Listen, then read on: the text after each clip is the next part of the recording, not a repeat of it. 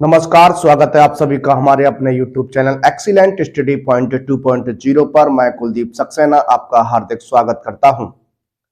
आज हम आपके लिए क्लास 12th के लिए जो हमारा कोर्स चल रहा है मैथ का, उस पर आज बात करने वाले हैं।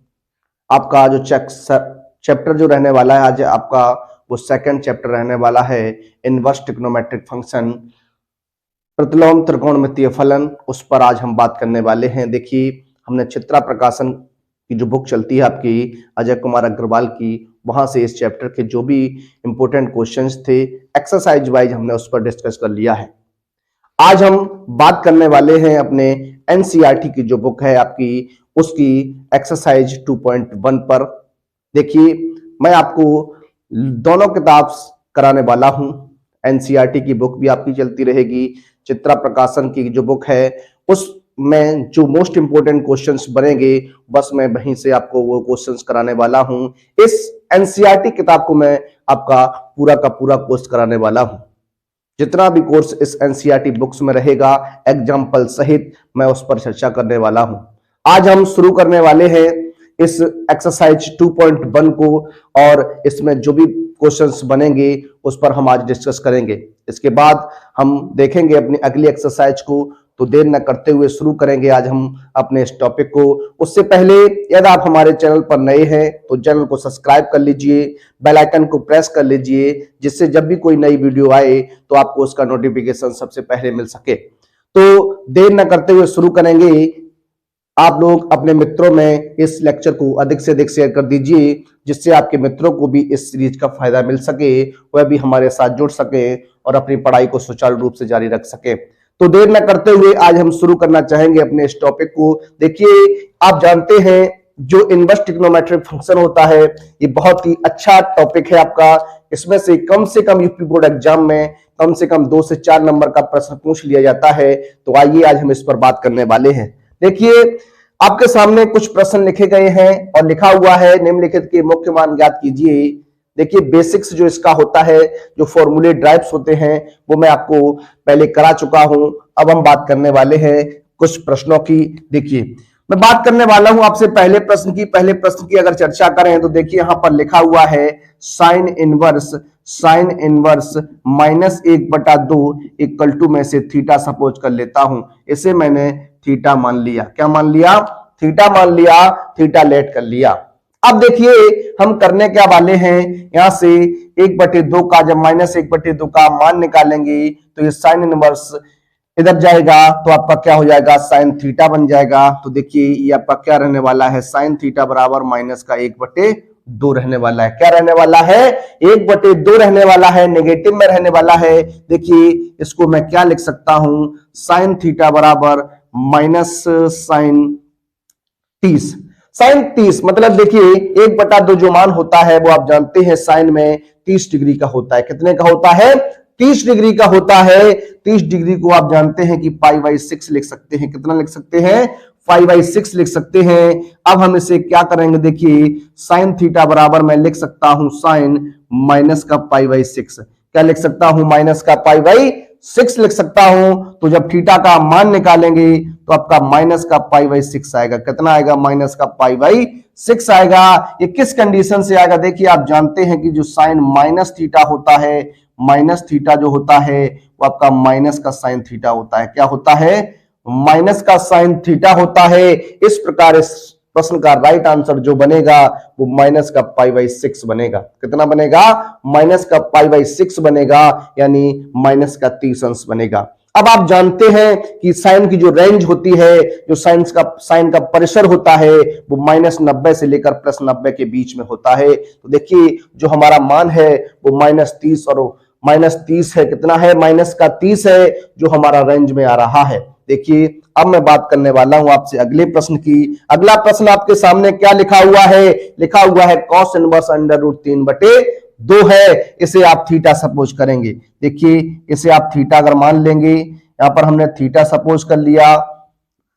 अब बात करने वाले तो देखिए ये बन जाएगा कॉस थीटा बराबर √3/2। अंडर रूट 3/2 बन जाएगा। अब आपको पता करना है कि इस कॉस में अंडर रूट 3/2 जो मान होता है, आप जानते हैं ये भी 30 अंश का होता है। कितने का होता है? 30 अंश का होता है। तो ये कॉस थीटा बराबर आपका क्या बन जाएगा? कॉस π/6 बन जाएगा। क्या बन जाएगा? कॉस π/6 बन जाएगा। तो थीटा का मान आपका कितना आ जाएगा? π/6 आ जाएगा। तो इस प्रश्न का राइट आंसर भी क्या रहने वाला है? 5/6 रहने वाला है। क्या रहने वाला है? 5/6 रहने वाला है।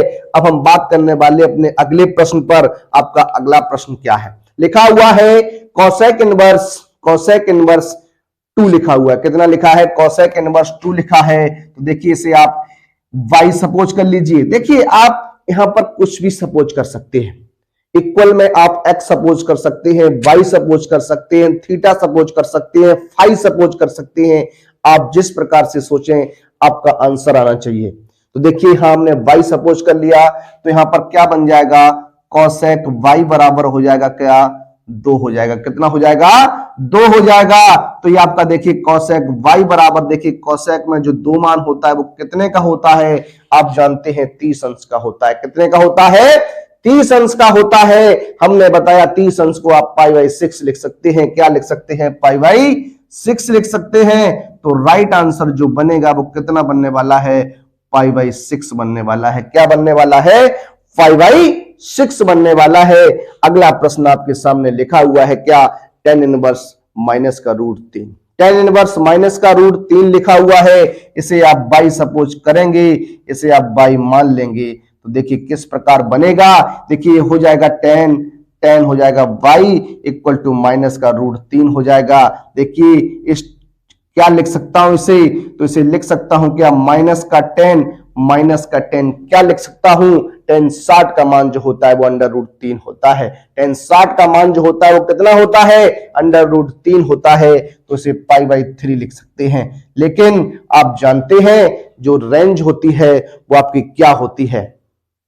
वो आपकी tan की जो रेंज होती है वो भी माइनस के π/2 से प्लस y/2 के मध्य होती है। तो इसका राइट आंसर जो बन जाएगा वो माइनस के π/3 बन जाएगा। कितना बन जाएगा? माइनस के π/3 इस प्रश्न का क्या बन जाएगा? राइट आंसर बन जाएगा। अब हम बात करने वाले अपने अगले प्रश्न पर। अगला प्रश्न आपका लिखा हुआ है प्रश्न नंबर 5। कॉस इनवर्स माइनस के 1/2 रहने वाला है। देखिए यहां पर हम क्या करेंगे? इसे हमने थीटा सपोज कर लिया। यहां हमने मान लिया क्या? थीटा मान लिया। तो ये हो जाएगा क्या? कॉस थीटा बराबर -1/2। तो ये क्या बन जाएगा? कॉस थीटा बराबर क्या बन जाएगा? कॉस थीटा बराबर माइनस का कॉस कितना? 1/2। 1/2 जो मान होता है कॉस में आप जानते हैं 60 अंश का होता है। 60 अंश को π/3 लिखते हैं। क्या लिखते हैं? π/3 लिखते हैं। देखिए अब कॉस के बारे में अगर आप पता करेंगे तो कॉस की जो रेंज होती है आप जानते हैं 0 से लेकर पाई के मध्य होती है। 0 से लेकर पाई के मध्य होती है। 0 से लेकर 180 के बीच होती है। तो यहां पर अगर बात करेंगे माइनस की, तो ये माइनस आपका क्या हो जाएगा? -30 हो जाएगा, जो कि रेंज से बाहर हो जाएगा। तो इसे किस तरीके से लिख सकते हैं? लिख सकता हूं कॉस पाई माइनस π/3 लिख सकता हूं। कॉस पाई माइनस π/3 लिख सकता हूं। कॉस 180 माइनस थीटा आपका माइनस का कॉस थीटा होता है। जब आप थीटा की बात करेंगे या इसे सॉल्व करेंगे तो देखिए क्या आ जाएगा? कॉस 3 पाई में से पाई घटाएंगे तो ये आपका 2π/3 बच जाएगा। यानी थीटा का मान कितना हो जाएगा? 2π/3 हो जाएगा। कितना हो जाएगा? 2π/3 हो जाएगा। ये इस प्रश्न का क्या रहने वाला है? आपका राइट आंसर रहने वाला है। अगला प्रश्न आपके सामने लिखा हुआ है क्या? tan इनवर्स माइनस का 1 है। कितना? tan इनवर्स माइनस का 1 है। इसे आप सपोज करेंगे क्या? थीटा मान लेंगे। देखिए तो ये बन जाएगा क्या? tan थीटा बराबर माइनस का 1। तो आप जानते हैं tan में जो -1 मान होगा वो माइनस का tan π/4 हो जाएगा। या इसको लिख सकता हूं tan थीटा बराबर tan माइनस का π/4 लिख सकता हूं। तो आंसर आपका जो बनने वाला है वो माइनस का π/4 बनने वाला है। ये इस प्रश्न का क्या रहेगा? राइट आंसर रहेगा। अब बात करने वाले अगले कुछ और महत्वपूर्ण प्रश्नों पर आइए देखते हैं। बात करते हैं अगले प्रश्न की। अगला प्रश्न आपका 7वां प्रश्न लिखा हुआ है क्या? सेक इनवर्स 2/√3 है। सेक इनवर्स 2/√3 आपका रहने वाला है। तो इसे सॉल्व करते हैं। देखिए आप इसे क्या करेंगे, लेट कर लेंगे, इसे बाई के बाई मान लेंगे। देखिए ये जब बाई आप लेट कर लेंगे तो देखिए ये सेक इनवर्स 2/√3 बराबर बाई है, तो ये बन जाएगा क्या, सेक बाई बराबर 2/√3 बन जाएगा। अब आप जानते हैं जो सेक में 2/√3 मान होता है, सेक में 2/√3 मान जो होता है वो आपका कितने का होता है, आप बताएंगे 30 अंश का होता है। कितने का होता है, 30 अंश का होता है। 30 अंश को आप जानते हैं किस प्रकार लिखा जाता है, तो 30 अंश को आप π/6 लिख सकते हैं। कितना लिख सकते हैं, π/6 लिख सकते हैं। तो ये हो जाएगा सेक π/6 हो जाएगा। तो y का जो मान आएगा वो आपका कितना आ जाएगा, π/6 आ जाएगा। कितना आ जाएगा, π/6 आ जाएगा। अगला प्रश्न आपका लिखा हुआ है कॉट इनवर्स √3 है। कॉट इनवर्स √3 है, तो इस कॉट इनवर्स √3 को जो हम सॉल्व करेंगे तो देखिए ये आपका बाई हो जाएगा, इसे मान लीजिए। तो देखिए क्या बन जाएगा, ये आपका बन जाएगा कॉट बाई इक्वल टू √3। अब √3 के बारे में अगर आप सोचेंगे तो कॉट में जो √3 मान होता है वो भी आपका कितने का होता है, 30 का होता है। तो आपका कॉट 30 हो जाएगा। 30 को मैं π/6 लिख सकता हूं। तो y का मान जो बनेगा वो कितना रहेगा, π/6 ही रहेगा। देखिए मुख्य मान निकालना बहुत ही सिंपल सा कॉन्सेप्ट है, किसी प्रकार की कोई समस्या नहीं होती। इस तरीके से आप मान लेते हैं, जितने का मान होता है वह आप रख देते हैं और आपका मुख्य मान आ जाता है। अब हम बात करेंगे अपने अगले प्रश्न पर। अगला प्रश्न आपका क्या है, कॉस इनवर्स -1/√2 है, इसे आप बाई बराबर मानेंगे तो देखिए क्या बन जाएगा, कॉस बाई हो जाएगा। कॉस बाई बराबर माइनस का 1/√2 हो जाएगा। ये आपका कॉस बाई हो जाएगा, माइनस का कॉस ये आपका 45 डिग्री यानी π/4 हो जाएगा। देखिए कॉस पाई इक्वल टू हो जाएगा क्या, कॉस पाई माइनस π/4 हो जाएगा। इस प्रकार आप इसे सॉल्व करेंगे तो देखिए क्या बन जाएगा, कॉस 4π माइनस पाई यानी 3π/4 हो जाएगा। इसे आप देखिए मैं बात करने वाला हूं पाई का मान, तो ये आपका बन जाएगा यहाँ हो जाएगा क्या, बाई बराबर 3π क्या हो जाएगा, 4 हो जाएगा। ये इस प्रश्न का क्या रहेगा, राइट आंसर रहेगा। 10वां प्रश्न जो आपका था वो क्या था, लिखा हुआ था कॉसेक इनवर्स माइनस का √2 था। कॉसेक इनवर्स माइनस का √2 था। देखिए इसे भी आप y बराबर सपोज कर सकते हैं, इसे आप y बराबर लेट कर सकते हैं। तो देखिए क्या बन जाएगा, ये बन जाएगा cosec y equal to minus का √2 हो जाएगा। देखिए ये हो जाएगा कॉसेक y बराबर माइनस का कॉसेक 45 डिग्री यानी 45 अंश π/4 हो जाएगा। तो कॉसेक y इक्वल टू हो जाएगा क्या, कॉसेक माइनस का π/4 हो जाएगा। तो y का मान जो निकल के आएगा वो माइनस का π/4 निकल के आएगा। ये इस प्रश्न का क्या रहने वाला है, राइट आंसर रहने वाला है। अब बात करने वाले हैं कुछ और प्रश्नों की, तो आइए उन प्रश्नों को देखते हैं। इस एक्सरसाइज के जो भी और क्वेश्चंस बचते हैं उस प्रश्न को हम हल करने का प्रयास करते हैं। आप लोग, आप मित्र, सभी भाई एवं बहनों इस वीडियो को अधिक से अधिक मित्रों में शेयर कर दीजिए और लगातार हमारे साथ अपने मित्रों को जोड़िए, जिससे आपके मित्र भी अपनी तैयारी को सुचारू रूप से जारी रख सकें। तो आइए देर न करते हुए शुरू करेंगे, बढ़ेंगे अपने अगले प्रश्न की ओर। देखिए बात करते हैं अपने अगले प्रश्न पर। आपका अगला प्रश्न लिखा हुआ निम्नलिखित के मान ज्ञात कीजिए। इनके मान आपको ज्ञात करना है। देखिए लिखा हुआ 11वां प्रश्न tan inverse 1 plus cos inverse -1/2 plus sin inverse -1/2 आपका रहने वाला है। देखिए पहले मैं बात करने वाला हूं यहाँ पर आपसे इस प्रश्न पर। देखिए यहाँ पर क्या करना है आपको, सबसे पहले tan इनवर्स 1 का मुख्य मान रखना है, cos इनवर्स -1/2 का मुख्य मान रखना है, उसके बाद sin इनवर्स -1/2 का मुख्य मान रखना है आपको। देखिए अभी हमने मुख्य मान के बारे में बात की, मैं बात करना वाला हूं cos इनवर्स -1/2 की। तो इसे जब आप सॉल्व करेंगे तो देखिए किस प्रकार से आपका सॉल्व होगा। देखिए ये आपका बन जाएगा क्या, cos थीटा बराबर माइनस के 1/2, इस प्रकार हमने अभी आपको बताया। तो ये बन जाएगा क्या, cos पाई माइनस π/3 हो जाएगा। यानी कॉस थीटा बराबर जो आपका निकल के आएगा वो कॉस 2π/3 से होगा, यानी थीटा का मान आपका 2π/3 रहने वाला है। देखिए अब हम बात करने वाले सवाल पर अपने, देखिए लिखा हुआ है tan inverse 1 plus cos inverse minus का 1/2 प्लस के साइन इनवर्स माइनस के 1/2 रहने वाला है। देखिए इस पर जब आप बात करेंगे तो tan इनवर्स 1 का जो मुख्य मान बनेगा वो आपका π/4 बनेगा। कितना बनेगा? π/4 बनेगा, 45 अंश रहने वाला है।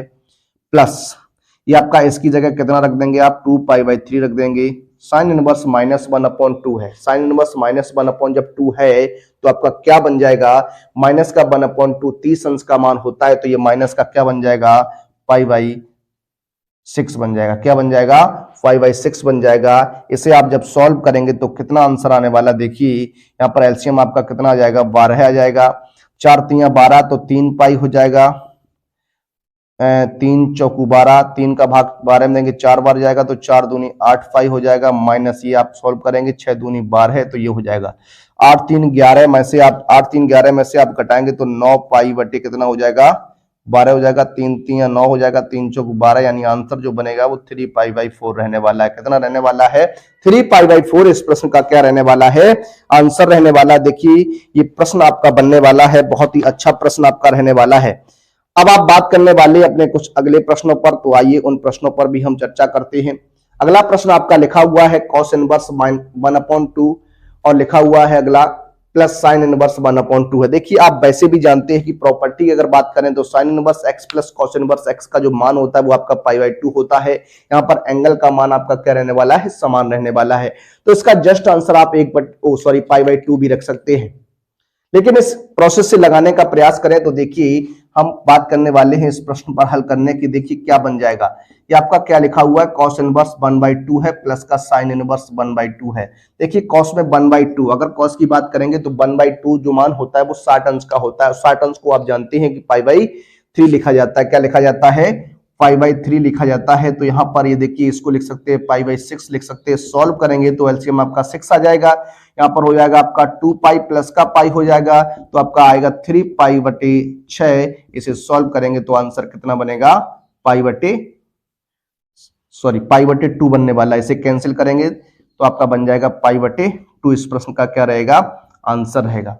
अगला प्रश्न आपका बहुत ही संबंधित प्रश्न है, प्रॉपर्टी से संबंधित प्रश्न है। देखिए लिखा हुआ यदि साइन इनवर्स x = y हो तो इनमें से कौन सा ऑप्शन आपका सही रहने वाला? देखिए मैं अगर बात करने वाला हूं इस प्रश्न को हल करने, देखिए आप जानते हैं कि y बराबर अगर साइन इनवर्स x है, y बराबर अगर साइन इनवर्स x है तब आपका x जो होता है वो कहां से कहां तक, y जो होता है वो आपका कहां से कहां तक होता है? तो आप जानते हैं जो y बिलोंग करता है वो क्लोज इंटरवल -π/2 से लेकर π/2 के मध्य बिलोंग करता है। ये आप जानते हैं, ये आपने पढ़ रखा है।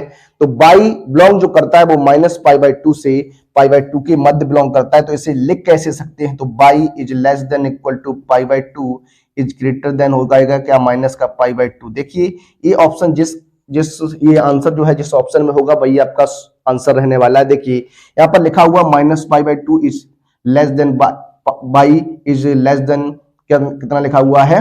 π/2 लिखा हुआ। देखिए तो इसमें देखिए इक्वलिटी जो है, इक्वलिटी नहीं लगी है, बराबर वाली इक्वलिटी नहीं है, तो ये आपका आंसर नहीं होगा। यहाँ तो आपका π/2 है ही नहीं, यहाँ पर पाई है, तो आंसर आपका क्या रहने वाला है? ऑप्शन नंबर बी इस प्रश्न का क्या रहेगा? राइट आंसर रहेगा। आइए अब बात करने वाले हैं इस एक्सरसाइज के अंतिम प्रश्न पर। उस अंतिम प्रश्न को देखते हैं। देखिए इस अंतिम प्रश्न को सॉल्व करने का प्रयास करते हैं। अंतिम प्रश्न आपका क्या रहने वाला है? देखिए लिखा हुआ है tan इनवर्स √3 माइनस का sec इनवर्स माइनस का 2 का मान आपका इनमें से किस आंसर के बराबर रहने वाला? देखिए किस ऑप्शन के बराबर होगा आपका?